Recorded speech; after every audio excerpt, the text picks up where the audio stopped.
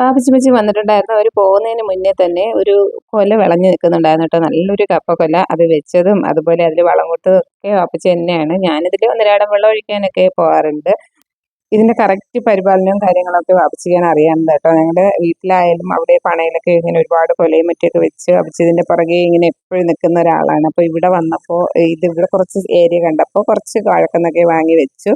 അങ്ങനെ ആ ഒരു കുല മുറിച്ച് വെച്ചതിന് ശേഷം ഞങ്ങളുടെ പഴയ വീട്ടിലോട്ട് പോയിട്ടുണ്ട്. അപ്പോൾ ഞങ്ങൾ 2 വണ്ടിയിലായിട്ടാണ് വന്നത്. ഞാൻ എൻ്റെ വണ്ടിയിൽ വന്നു, വാപ്പച്ചിയും വെച്ച് അവരുടെ വണ്ടിയിൽ വന്നിട്ടുണ്ടായിരുന്നു. അപ്പോൾ ഞങ്ങൾ അവിടെ വരുമ്പോൾ അവിടെ റെൻറ്റിന് താമസിച്ചിട്ടുണ്ടായിരുന്ന ആൾക്കാർ അവിടെ ഇല്ലായിരുന്നു കേട്ടോ. അപ്പോൾ ഞങ്ങൾ ഇവിടെ കുറച്ച് മുരിങ്ങയൊക്കെ നിൽക്കുന്നത് പറിക്കാൻ വേണ്ടിയിട്ടാണ് വന്നത്. അപ്പോൾ വരുമ്പോൾ തന്നെ ഇതേ മുരിങ്ങ ഒടിഞ്ഞ് താഴെ കിടക്കുന്നുണ്ടായിരുന്നു കേട്ടോ. മുരിങ്ങയ്ക്കയുടെ വെയിറ്റ് കാരണം മുരിങ്ങ ഒടിഞ്ഞ് താഴെ കിടക്കുന്നുണ്ടായിരുന്നു. വെയിറ്റ് കാരണം മാത്രമല്ല, അതിലിങ്ങനെ കേട് പറ്റാറുണ്ട്. ഫുള്ള് കഴിഞ്ഞ വർഷവും ഇതുപോലെ ഒടിഞ്ഞ് താഴെ വീണിട്ടുണ്ടായിരുന്നു. അപ്പോൾ 2 ദിവസം മുന്നേ ഞാനും മാമിയും കൂടെ വന്ന് കുറേ മാത്രം മുരിങ്ങയ്ക്ക പറിച്ചിട്ട് പോയതാണ്. അതിനിടയ്ക്ക് ഇതിങ്ങനെ ഒടിഞ്ഞ് വീഴുമെന്ന് വിചാരിച്ചില്ല കേട്ടോ. ഇന്നലെ എങ്ങാണ്ട് ഒടിഞ്ഞ് വീണതാണ്. ഇവിടെ ഈ വീട്ടിൽ താമസിക്കുന്നവർ 2 ദിവസമായിട്ട് ഇവിടെ ഇല്ലാത്ത കാരണം അവരെ വിളിച്ച് പറയാൻ വേണ്ടി ആളുണ്ടായിരുന്നില്ല. അങ്ങനെ ദേ വന്ന് ഞാൻ താഴെ കിടക്കുന്ന ആ മുരിങ്ങയ്ക്കയൊക്കെ പറക്കിയെടുക്കുകയാണ്. നല്ല തോരൻ വയ്ക്കാനൊക്കെ നല്ല മുരിങ്ങയ്ക്കയാണ്. കറിയിലിടാൻ വേണ്ടിയിട്ട് അത്ര ഒരു ടേസ്റ്റ് ഇല്ല കേട്ടോ. മീൻ കറിയിലിടാൻ വേണ്ടിയിട്ട് പിന്നെ കുറേ മാത്രം മുറ്റിപ്പോയി. എന്നാലും കിട്ടിയത് കളയണ്ടെന്ന് വെച്ചിട്ട് ഞാൻ ഉമ്മച്ചിയും കൂടെ ഫുൾ അങ്ങ് പറക്കിയെടുക്കുകയാണ് കേട്ടോ.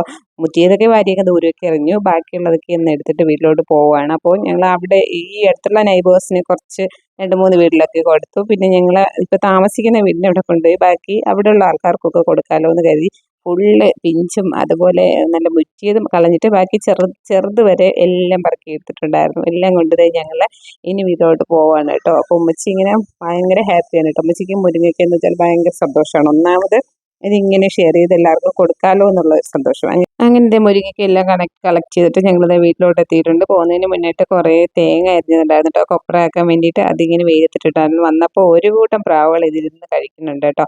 അപ്പോൾ 2 ദിവസം മുന്നേ ഇതായിരുന്നു പണി കംപ്ലീറ്റ് ആയിട്ട്. ഇവിടെ തേങ്ങ ഫുള്ളായിട്ട് കുറേ ഉണങ്ങി കിടക്കുന്നുണ്ടായിരുന്നു. ഒറ്റയടി കിട്ടുന്ന തേങ്ങ എന്നല്ല കേട്ടോ, കുറച്ച് പ്രാവശ്യമായിട്ടുള്ള ബാലൻസ് കിടന്ന തേങ്ങകളെല്ലാം കൂടെ ഇങ്ങനെ വെട്ടി പൊളിക്കലും അതുപോലെ അതൊന്ന് അരിഞ്ഞെടുക്കലും ഒക്കെ ആയിട്ട് 2-3 ദിവസം നല്ല ജോലി ഉണ്ടായിരുന്നു കേട്ടോ. അങ്ങനെ അതൊന്ന് അരിഞ്ഞ് വെയിലത്ത് വെച്ചിട്ട് പോയതാണ്. അപ്പോൾ അതിൻ്റെ ബാക്കി ഉണ്ടായിരുന്ന തുണ്ടുകളൊക്കെ ഞാൻ 2 ദിവസം മുന്നേ തന്നെ ഇങ്ങനെ പറക്കി മാറ്റി വെച്ചിട്ടുണ്ടായിരുന്നു കേട്ടോ. ഇങ്ങനെ നടയിൽ കംപ്ലീറ്റ് ആയിട്ട് കിടക്കുന്നുണ്ടായിരുന്നു. നടയിൽ എന്ന് വെച്ചാൽ ഞങ്ങളുടെ വീട്ടിൽ ഫ്രണ്ടിലല്ല, കുറച്ച് ബാക്ക് സൈഡിലായിട്ടുണ്ട് കേട്ടോ. ബാക്കിൽ കിച്ചൻ്റെ ഭാഗത്താണല്ലോ, അത് ഫ്രണ്ടിലല്ല. ഫ്രണ്ട് ഏരിയയിൽ ഇതൊക്കെ കൊണ്ടിട്ടാൽ ആകെ ഒരു വൃത്തിയിടാവും. അങ്ങനെ തേങ്ങ ഇട്ട കൂട്ടത്തിൽ തന്നെ കുറച്ച് ഗോതമ്പ് കഴുകി ഉണക്കി വെച്ചിട്ടുണ്ടായിരുന്നു കേട്ടോ. അതും കൂടി ഒന്ന് വെയിലത്താക്കാമെന്ന് കരുതി ഒന്ന് വെയിലത്തിട്ട് കൊടുക്കുകയാണ് കേട്ടോ. ഞാൻ പ്ലാസ്റ്റിക് ചാക്കിൽ ഒരു നല്ലൊരു ബെഡ്ഷീറ്റ് മാറ്റി വെച്ചിട്ടുണ്ട് കേട്ടോ. ഇതുപോലെ ഗോതമ്പൊക്കെ ഉണക്കാൻ വേണ്ടിയിട്ട് ആ ഒരു ബെഡ്ഷീറ്റിലോട്ടായിട്ടാണ് ഇന്നൊരു നനഞ്ഞ ഗോതമ്പ് ഇട്ട് കൊടുക്കുന്നത്. അപ്പോൾ ഒരു സൈഡിൽ തേങ്ങയും ഒരു സൈഡിൽ ഗോതമ്പുമായിട്ട് ഉണക്കാൻ വെക്കുകയാണ്. നിങ്ങൾ വിചാരിക്കും കുറച്ച് ദിവസം മുന്നേ അല്ലേ ഇവിടെ ഗോതമ്പ് വറുക്കുന്നതും ഒക്കെ കണ്ടതെന്നല്ലേ.